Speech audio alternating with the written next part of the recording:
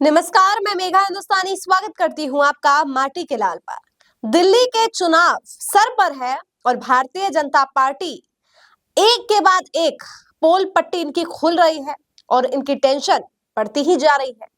खबर जो निकल कर आ रही है काफी दिलचस्प है और अब आप जब खबर सुनेंगे तो आपको लगेगा कि क्या वाकई भारतीय जनता पार्टी की असलियत अब उनके खुद के नेताओं को पता चल रही है, क्योंकि भाजपा छोड़कर आने वाले लोग जो है एक के बाद एक धागे खोलने का काम भारतीय जनता पार्टी का कर रहे हैं।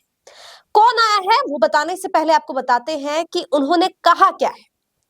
देखिए, भारतीय जनता पार्टी का एक प्रतिष्ठित प्रवक्ता हैं जिन्होंने पार्टी छोड़ी है और कांग्रेस ज्वाइन करते वक्त पवन खेड़ा ने बहुत से भारतीय जनता पार्टी के कुछ अन्य नेताओं के साथ उन्हें अपनी पार्टी में शामिल करवाया। तो पवन खेड़ा और तमाम लोग वहां पे मौजूद थे, तो उन्होंने एक बात दो बात काफी दिलचस्प कही है। पहला कहा है कि भारतीय जनता पार्टी का कार्यालय और कांग्रेस के कार्यालय में बहुत बड़ा अंतर है।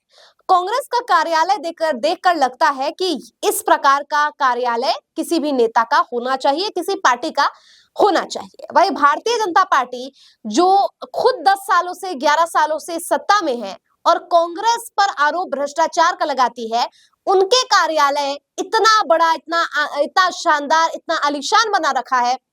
सोचिए उसके रखरखाव में कितने पैसे जाते हैं।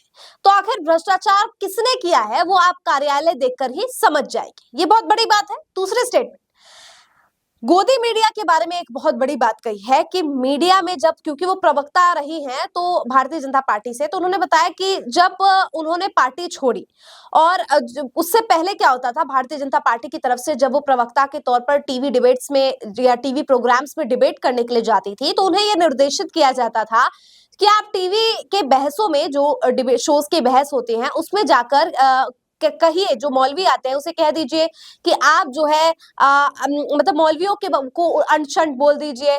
उसके बाद ये बात कहना कि टीवी डिबेट्स में अगर एंकर कुछ बोलता है, हालांकि आपको देखा है अमूमन तौर पर भारतीय जनता पार्टी के साइड में ही एंकर रहता है, तो एंकर का कोई ज्यादा रोल है नहीं, लेकिन अगर कोई विपक्ष का कोई मौलवी हो, वो कुछ बात ऐसा कह दे तो उसको दबा दो, उसको एंटी नेशनल बोल दो या धर्म विरोधी बोल दो। या भारतीय जनता पार्टी के प्रवक्ताओं को ये सिखाया जाता है कि उन्हें मौलवियों के खिलाफ बोलना है, उन्हें जो है एंटी मुस्लिम प्रोपेगेंडा चलाना है, जिससे कि उन्हें भी टीआरपी मिले, शो को भी टीआरपी मिले और भारतीय जनता पार्टी भी अपना काम हिंदू वोटर्स को, जो उन हिंदू वोटर्स है उस पर जो है पकड़ बनाए रख सके। अब आपको याद आ गया होगा बेहतरीन तरीके से कि भारतीय जनता पार्टी के या आरएसएस के बहुत बड़े नेता है राकेश सिन्हा।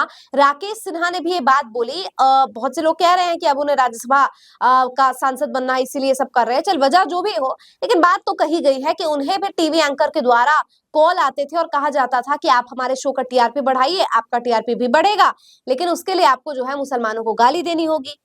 अब इस प्रकार का रवैया बताता है दोस्तों कि भारतीय जनता पार्टी में कितना जहर है।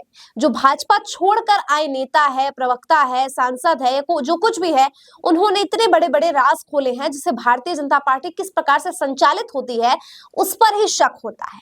अब कौन है वो प्रवक्ता आपको पता होगा। आप बहुत सालों से उन्हें भैया जी कहीं प्रोग्राम में देख रहे होंगे, आप उनको एबीपी न्यूज, आज तक जैसे तमाम प्रोग्राम्स में देख रहे होंगे। नाम है उनका निगत अब्बास।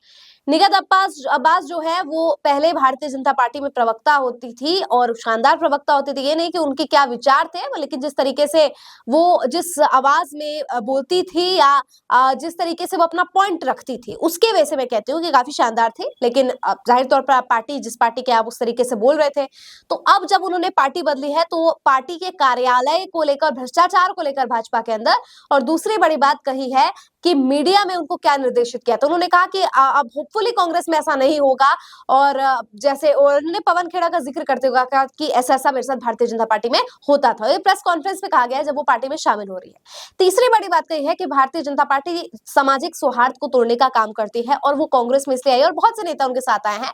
निगत का नाम इसलिए ले रही हूँ क्योंकि वो एक बड़ी प्रवक्ता है, राष्ट्रीय स्तर की प्रवक्ता भारतीय जनता पार्टी की थी, अब वो क्योंकि कांग्रेस में आ गई है, अन्य भी लोग शामिल हुए कांग्रेस में। तो उन्होंने कहा है कि कि भारतीय जनता पार्टी सामाजिक सौहार्द को तोड़ने का काम करती थी और कांग्रेस एक ऐसी पार्टी है जो सबको लेकर सबका साथ सबका विकास केवल खोखले बातें हैं, हवा हवाई बातें हैं, वास्तविक इसका प्रासंगिक भी नहीं है और कोई इसका लेना देना असल में है नहीं। अगर कोई देश में सचमुच सबको लेकर ऊंचे वर्ग नीचे वर्ग सबको चाह रहा है आगे बढ़े तो वो केवल और केवल कांग्रेस है। तो पिछड़े दलित अल्पसंख्यक सबका भला करने वाली कांग्रेस पार्टी है। तो ये तमाम पार्टी जो बातें जो है वो कही गई है, लेकिन सबसे जो दिलचस्प और गौरतलब है वो इस बात पर मैं अड़ गई हूँ या जो है इस पर मैं ज्यादा एम्फेसिस कर रही हूँ कि राकेश सिन्हा ने भी काबिल भी कह रही हैं कि किस प्रकार का इकोसिस्टम बनाया गया है। जहर आपके दिमाग में, एक पैसिव माइंड में आप हमेशा लड़ाई झगड़ा देखें तो आपके दिमाग में वो बस जाए कि हमें तो हमारी बॉडी या हमारा माइंड जो है वो लड़ाई झगड़ा देखने का आदी हो चुका है। अब देखिए बिग बॉस के लवर्स को बिग बॉस क्यों पसंद है, क्योंकि उसमें कुछ ना कुछ ऐसे कलेश होते रहते हैं, कुछ ना कुछ ऐसा होता है टास्क जिससे जो है रिफ्ट पैदा हो, राइवलरी हो और वो देखने में लोगों को मजा आने लगा है क्योंकि विद टाइम आपके दिमाग में वो चीज डाल दी गई। ऐसे ही बहुत से रियलिटी शोज है, वो सारी चीजें होती रहती है। ऐसा नहीं मैं किसी रियलिटी शो को खराब बोल रही हूँ, मैं बस उसके नेचर को बोल रही हूँ कि इस तरीके से वो चीज की जाती है और उसी तरीके से। लेकिन हालांकि ये कंपेयर कर मुझे लगता है कि दोनों का कंपैरिजन बिल्कुल ही व्यर्थ है क्योंकि एटलीस्ट बिग बॉस में कुछ चीजें, बिग बॉस में भी बोल दिया जाता है कि आपको किसी धर्म के आधार पर, जाति के आधार पर कोई भी टिप्पणी नहीं करना है, लेकिन यहाँ तो कोई भी रूल ही नहीं है। कोई किसी को गाली भी दे रहा है, कोई थप्पड़ भी मार रहा है, वहां तो बिग बॉस में थप्पड़ मारने पे क्या कुछ ऐसी हरकत भी कर दोगे तो आपको निकाल दिया जाता है। और यहाँ पर देखिए जो टीवी स्टूडियो में बैठकर धक्का मुक्की चल रही है, मार कुटाई चल रही है, इसकी वीडियोस यूट्यूब पे जो है बाकायदा मौजूद है, आप जाके देख सकते हैं। तो इस प्रकार का के सिस्टम में आखिर हम क्या उम्मीद करें कि मीडिया को चौथा स्तंभ कहना चाहिए, या मीडिया एक ऐसा स्तंभ बन चुका है जो केवल और केवल भारतीय जनता पार्टी के लिए काम कर रहा है? आपको क्या लगता है इस पूरे विषय पर? कमेंट करके बताइए। मुझे दीजिए इजाजत, देखते रहिए माटी के लाल। धन्यवाद।